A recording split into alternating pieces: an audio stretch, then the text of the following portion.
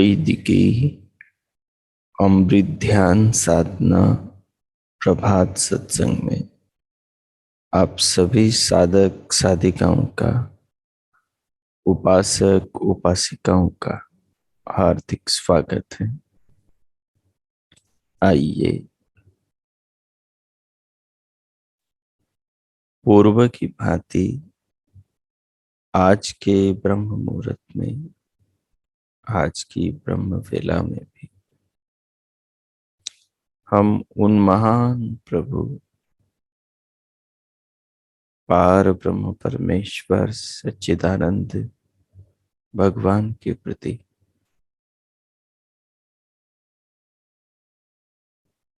अपनी श्रद्धा, अपने भाव अर्पण करें। भगवान जीवन के आधार हैं। वे ही संपूर्ण संसार के सर्वाधार हैं।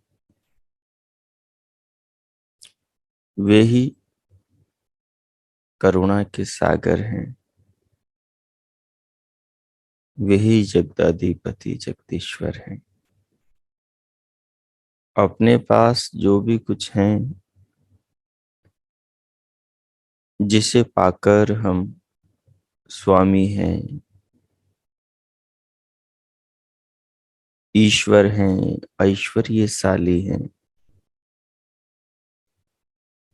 वो हमारे पास का सब कुछ उसी परमेश्वर परम ईश्वर की कृपा से हैं। हमारे पास हाथ हैं तो ये हाथ उस भगवान की कृपा से है। हमारे पास नेत्र हैं, हमारे पास श्रोत्र हैं, हमारे पास पाँव हैं, हमारे पास दिमाग है, तो ये सब उस भगवान की कृपा से है। ये उसका है। हमारे पास जो धन वैभव है, हमारे पास जो योग्यता प्रतिष्ठा यश है, जो हमें ऐश्वर्यवान बनाता है, ये सारा ऐश्वर्य भगवान का है। क्योंकि ये सब ईश्वर के दिए हाथों से, ईश्वर के दिए दिमाग से, ईश्वर के दिए शरीर से, ईश्वर के दिए मन से हमारे पास में है, ईश्वर के दिए ज्ञान से। अगर ईश्वर ने शरीर, मन, शक्तियां, साधन न दिए होते तो ये सब कहां से अपने पास होता। तो ये सब ईश्वर का है, अपना नहीं। हमें तो ये प्रयोग के लिए मिला है कि इसका हम प्रयोग करें और लाभ लें, इसके प्रयोग के द्वारा अपने उद्देश्य को प्राप्त करें। जैसे सरकार अपने नागरिकों को अच्छी सड़कें बनाकर देती है, स्कूल देती है, तो वो वहां पर उन्हें पढ़ाते हैं, लिखाते हैं, लेकिन वो विद्यालय पढ़ने वालों का नहीं हो जाता कि विद्यालय पर वो अधिकार जमा बैठे।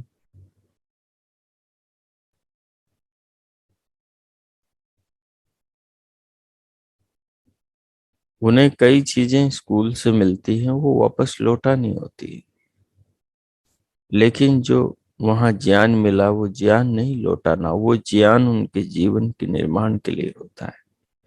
उस ज्ञान से वो जीवन का ऊंचा निर्माण करें। बाकी जो चीजें विद्यालय से मिली थी वो सब चीजें विद्यालय वापस ले लेता है, सब किताबें वापस ले लेता है कि अब तुम्हारा काम हो गया, जिस लिए दी थी वो काम हो गया, तो अब ये सब वापस कर दो। पर परमात्मा तो हमसे कुछ लेता नहीं, शरीर पूरा देता है और लेता नहीं कि इसका प्रयोग करो और इससे तुम आत्मोन्नति करो। लेकिन ये हमारा होता नहीं, क्योंकि हमारा हो तो फिर हमारे हिसाब से रहना चाहिए, लेकिन ये इसके स्वभाव के हिसाब से और परमात्मा के हिसाब से चलता है। क्योंकि इसके चलने की जो रीति नियम व्यवस्था जो है उसका हमें कोई अता पता नहीं कि शरीर भीतर से कैसे कैसे नियमों से चल रहा है, इसे चलाने वाले ने किस प्रकार से वो सब नियम बनाए हैं और उन नियमों से इसको धारण कर रहा है। कुछ चीजें बाहर से पकड़ में आती है, लेकिन कुछ चीजें अति दूर समझ में नहीं आती। तो जीवन में जो भी अपने पास में है सब भगवान का है। जो भगवान का अपने पास में है वो सब आत्म कल्याण के लिए हमें मिला है। उससे हम आत्म उत्थान करें, आत्म कल्याण करें और अपनी आत्मा को महान बनाए, जीवन का श्रेष्ठ उत्थान श्रेष्ठ निर्माण करें, दुखों का नाश करें, अविद्या अज्ञान विकारों का विनाश करें, जीवन को आनंदित करें, जीवन को शांत करें, जीवन को सदा प्रसन्न रहने वाले योग्यता और संस्कारों से संस्कारित करें। सो आइए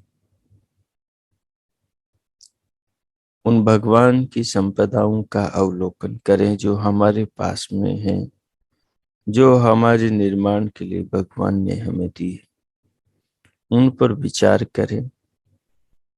ये बात अपने दिमाग में बैठनी चाहिए, ये बार बार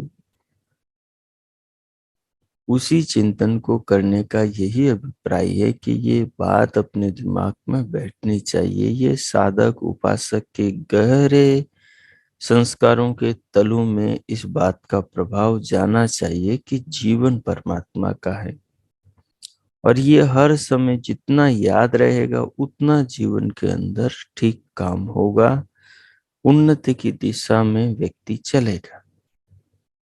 दरअसल सब बाकी जो बिगाड़ने वाली बातें हैं वो तो याद रहती हैं, और जो सुधारने वाली, जो उठाने वाली ऊंचा बातें हैं वो सब बातें हम भूल जाते।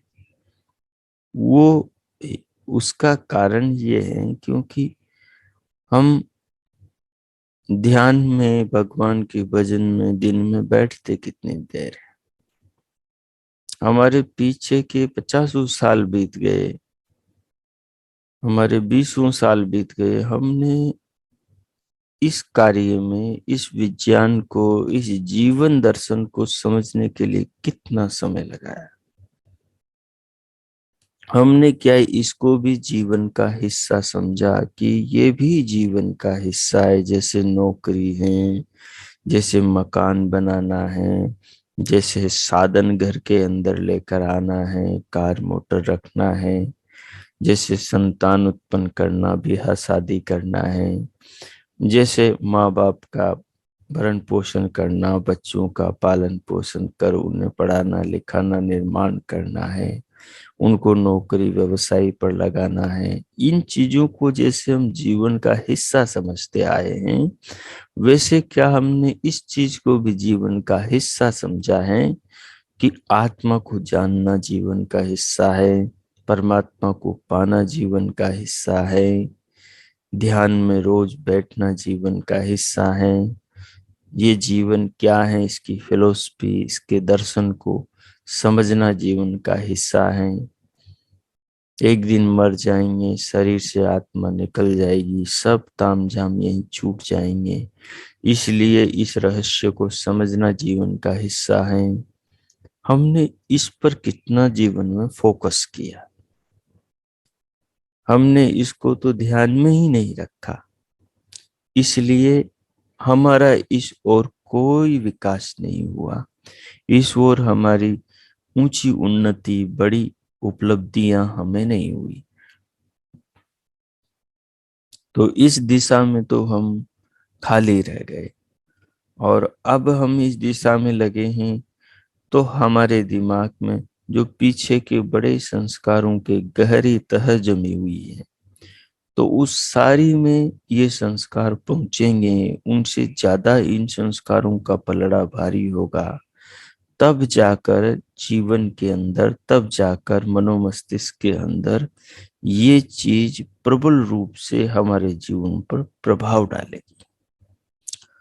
जब ये प्रबल रूप से हमारे जीवन पर प्रभाव डालेगी तो पूरा व्यक्तित्व आमूल चूल बदल जाएगा। फिर हम आत्म उत्थान के बारे में ही सोचेंगे, फिर हम चलते फिरते उठते बैठते खाते पीते लेते देते जीवन व्यवहार करते हुए एक एक अच्छे बुरे कर्म को देखेंगे, सोच समझकर कार्य करेंगे, अपने चित्त पर क्या संस्कार डालना है वही काम करेंगे, वही बातें सोचेंगे, ये सब होगा। तो उस लिए अपने को इसे जीवन का हिस्सा बनाना है और इसे एक लक्ष्य के रूप में, गोल के रूप में लेके रखना है कि अपने को ये टारगेट है कि सुबह से शाम तक ये भावना बनी रहे कि जीवन प्रभु का है। ये जो मेरे पास धन वैभव है, ये जो सब तामझाम जो है, ये जो मेरा मान सम्मान है, ये सब भगवान की वजह से मुझे मिल रहा है। ये बात अपनी डायरी में नोट करके रखना है कि मुझे जो सम्मान है ये सब भगवान की कृपा से मिल रहा है। ये जो मैं कार मोटर में घूम रहा हूँ, ये जो मैं घर में अच्छा खा पी पहन रहा हूँ, ये जो मेरे अच्छे नाते पोते रिश्तेदार बाल बच्चे हैं, ये सब भगवान की कृपा से।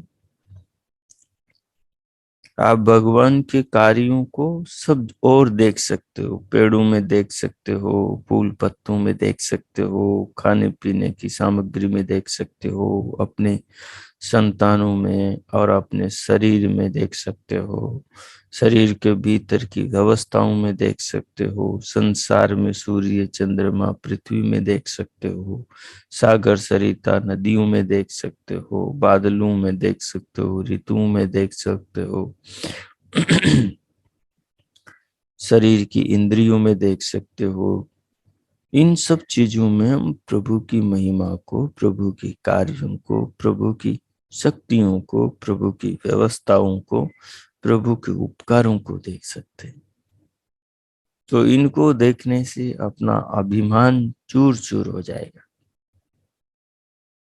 हमारे अंदर कोई रावण पैदा नहीं होगा, हमारे अंदर कोई कंस दुर्योधन पैदा नहीं होगा, अपने अंदर भी ये शत्रु पैदा होते रहते हैं। तो फिर अपने भीतर कोई कृष्ण पैदा होगा, हमारे भीतर अर्जुन और राम पैदा होगा, हमारे भीतर ऋषि मुनि पैदा होंगे, मतलब हमारे भीतर ऐसे महान भाव होंगे जो हमें गिरने नहीं देंगे और निरंतर ऊंचा ऊंचा उठाते चले जाएंगे। धन संपदा किसी की साथ नहीं जाती, न बेईमान की साथ जाती, न ईमानदार की साथ जाती, न धनवान की साथ जाती, न कंगाल की साथ जाती, किसी की कुछ भी नहीं जाती, न थोड़ी साथ जाती, न ज्यादा साथ जाती। न धर्म पूर्वक कमाया धन साथ में जाता, न पाप को पूर्वक कमाया धन साथ में जाता। साथ में तो किसी के कुछ भी नहीं जाता, न राम के कुछ गया, न रावण के कुछ गया, न कृष्ण के कुछ गया, न कंस के कुछ गया, न अर्जुन के कुछ गया, न दुर्योधन के कुछ गया। साथ में तो कुछ नहीं जाता। बस जो धर्मात्मा होता है उसका धर्म साथ, उसके संस्कार साथ में जाते हैं जो उसने अच्छे काम किए। जो पापी होता है उसका पाप उसके साथ, यानी उसके पाप के संस्कार साथ में जाते हैं। तो इस चीज को अपने को समझकर जीवन को जीना है, ये अपने को हर समय याद रहे। इस प्रकार से अपनी समझ बना करके, इस प्रकार से घर में कहीं नंबर प्लेट पर ऐसा कुछ लिखवा करके, कुछ घर के अंदर कुछ ऐसा लिख कर चिपका करके, तो जिससे बार बार इस ओर ध्यान जाए कि जीवन परमात्मा का है, इसका दुरुपयोग न करें। दुरुपयोग करेंगे तो बुरा दंड मिलेगा। सदुपयोग करें ताकि आगे अच्छा कुछ हो, जीवन में अच्छा कुछ करें। भगवान ने कितना दिया है, हमने किसी को कुछ दिया है क्या? भगवान ने हमें माला माल कर दिया है, शरीर देकर सब कुछ दे दिया है। उसके बाद में तो हम कुछ भी बढ़ा सकते हैं। एक दिन जिनके हाथ में कटोरा था, आज वो टाटा बिरला अंबानी है। एक दिन वो घर से फटे कपड़ों में निकले थे, टूटी चप्पल में, आज वो संसार के सिरोताज हैं। एक दिन जिनके माता पिता दूसरों के घर मजदूरी करके लिखाते पढ़ाते थे अपने बच्चों को, आज वो प्रधानमंत्री हैं। तो संसार में जो भी हैं, संसार में जो भी हैं वो भगवान की कृपा से हैं। जिन्होंने भगवान के साधनों का सदुपयोग किया वो जीवन में ऊंचे से ऊंचे उठते चले गए। जिन्होंने साधनों का दुरुपयोग किया वो गिरते से गिरते चले गए। जिन्होंने साधनों का न उपयोग किया न सदुपयोग किया, बस ऐसे ही पशुओं की तरह जीते रहे, तो वो वहां की वहीं है। उन्होंने साधनों का सदुपयोग नहीं किया, संसार में परिश्रम नहीं किया, बुद्धि को बढ़ाया नहीं, अच्छे काम नहीं किए, तो वो वहां के वहां रह गए। जिन्होंने गलत काम किए तो वो नीचे गिर गए। जिन्होंने भले अच्छे नेक परिश्रम के अच्छे काम किए वो अच्छाई की दिशा में बढ़ गए। जिन्होंने धन की दिशा में बढ़ना चाहा तो उन्होंने धन की दिशा में वो आगे बढ़ गए। जिन्होंने धर्म की दिशा में बढ़ना चाहा वो धर्म की दिशा में आगे बढ़ गए। जिन्होंने पाप की दिशा में आगे बढ़ना चाहा वो पाप की दिशा में आगे बढ़ गए। जो आत्मा परमात्मा की दिशा में आगे बढ़ना चाहा, जिन्होंने घर बार छोड़ दिया और वो आत्मा परमात्मा की दिशा में आगे बढ़ गए। घर से निकला था बालक मूल शंकर और भविष्य में वही महर्षि दयानंद सरस्वती बन गया। घर से निकला था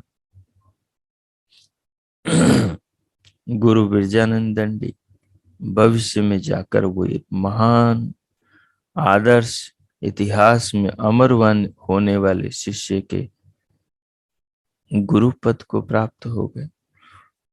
तो जीवन में आदमी भगवान की शक्तियों का जिस दिशा में उपयोग करता है सदुपयोग या दुरुपयोग करता है, उस दिशा में आगे बढ़ जाता है। तो सब कुछ को परमात्मा का मानकर हम जिए। हर समय हमारे दिमाग में, हमारे ध्यान में, हमारे ख्याल में ये बात रहनी चाहिए कि सब प्रभु का है। फिर आत्म उत्थान होगा, फिर आत्म उन्नति होगी, फिर अपने संस्कार, हमारा मस्तिष्क वैसे ही काम करेगा। और प्रभु तो सर्वव्यापक हैं और सर्वज्ञ हैं और सबको देखता सुनता है। तो फिर भगवान भी अपनी कृपा करेंगे जब हम निश्चल निर्मल होकर जीवन को ठीक ठीक ढंग से जिएंगे।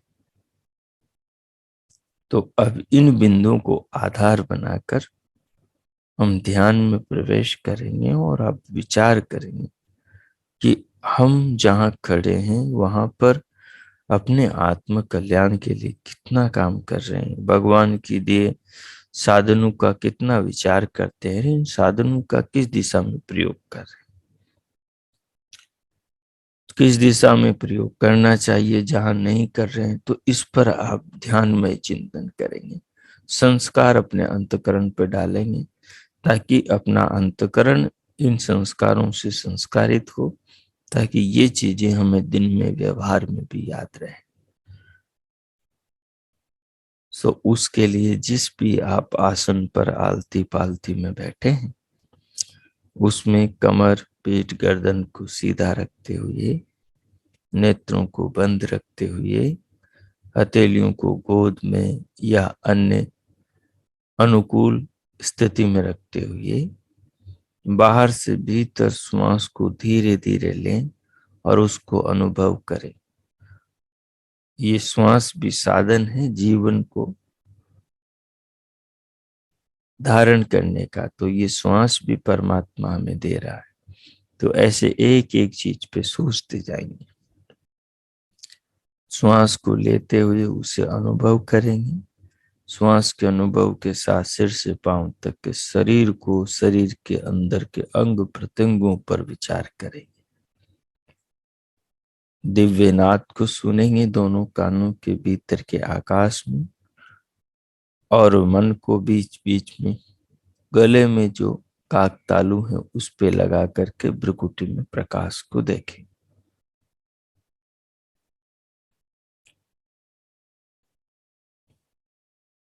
तीन चार बार ये प्रयोग करेंगे। जब श्वास भर जाए तो प्रश्वास को धीरे धीरे भीतर से निकाल देंगे और इन विचारों पर केंद्रित रहेंगे और स्वयं को अंतर्मुखी करेंगे। आप ओ कीजिए, तीन चार बार ये प्रयोग करके फिर आप ही स्वतः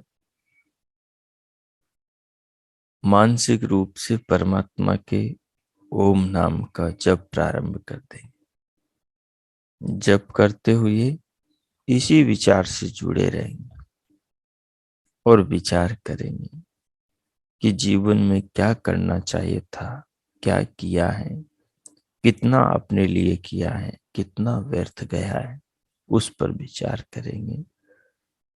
मैं मौन होता हूँ, 5-7 मिनट ये प्रयोग करेंगे आप। उसमें 2-3 मिनट श्वास वाला, दिव्य नाद, दिव्य प्रकाश वाला, शरीर का, शरीर के अवयवों के अनुभव वाला, श्वास वाला, और इन सब को परमात्मा की कृपा समझते हुए फिर उसके बाद मानसिक ओम का जप करते हुए इसी चिंतन से जुड़े रहें। ओ कीजिए।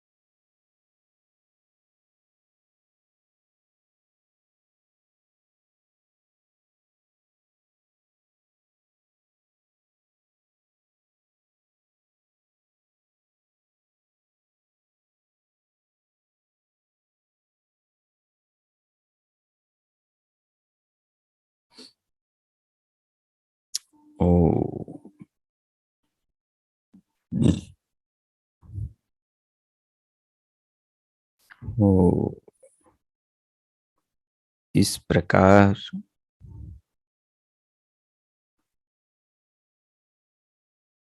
हमारे जीवन में भगवान ने हमारे लिए क्या किया है, हमें क्या दिया है, भगवान से प्राप्त शक्तियों को, जीवन को, शरीर को, साधनों को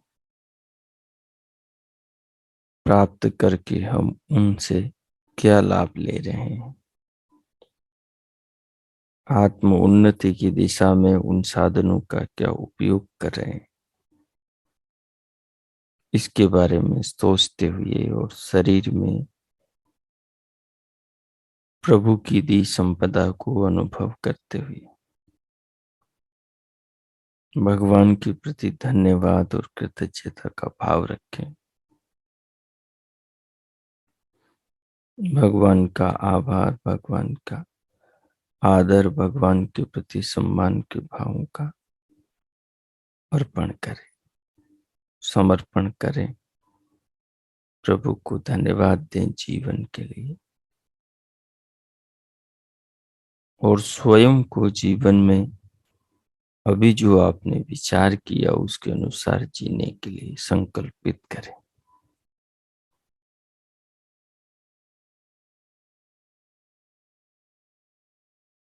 फिर इस प्रकार भगवान के उपकारों को अनुभव करते हुए उनके प्रति कृतज्ञता और धन्यवाद के भाव रखते हुए शेष जीवन को उत्तमता से जीने के लिए स्वयं को संकल्पित अनुभव करते हुए अब शांति पाठ करेंगे, प्रभु का धन्यवाद करते हुए। ओम ओम ओम शांति शांति शांति हो। आज का आपका दिन शुभ हो, मंगलमय हो। प्रभु से सबके लिए बहुत बहुत शुभकामनाएं, बहुत बहुत मंगल कामनाएं। हम ज्ञान के द्वारा जीवन का श्रेष्ठ उत्तम निर्माण करें और स्वयं को, परिवार, समाज को सुखी करें। सबके लिए शुभ चिंतक बने, सबके लिए कल्याणकारी बने। इस प्रकार हम भगवान के दिए जीवन को सार्थक करें। बहुत बहुत शुभकामनाएं। इति ओम शांति।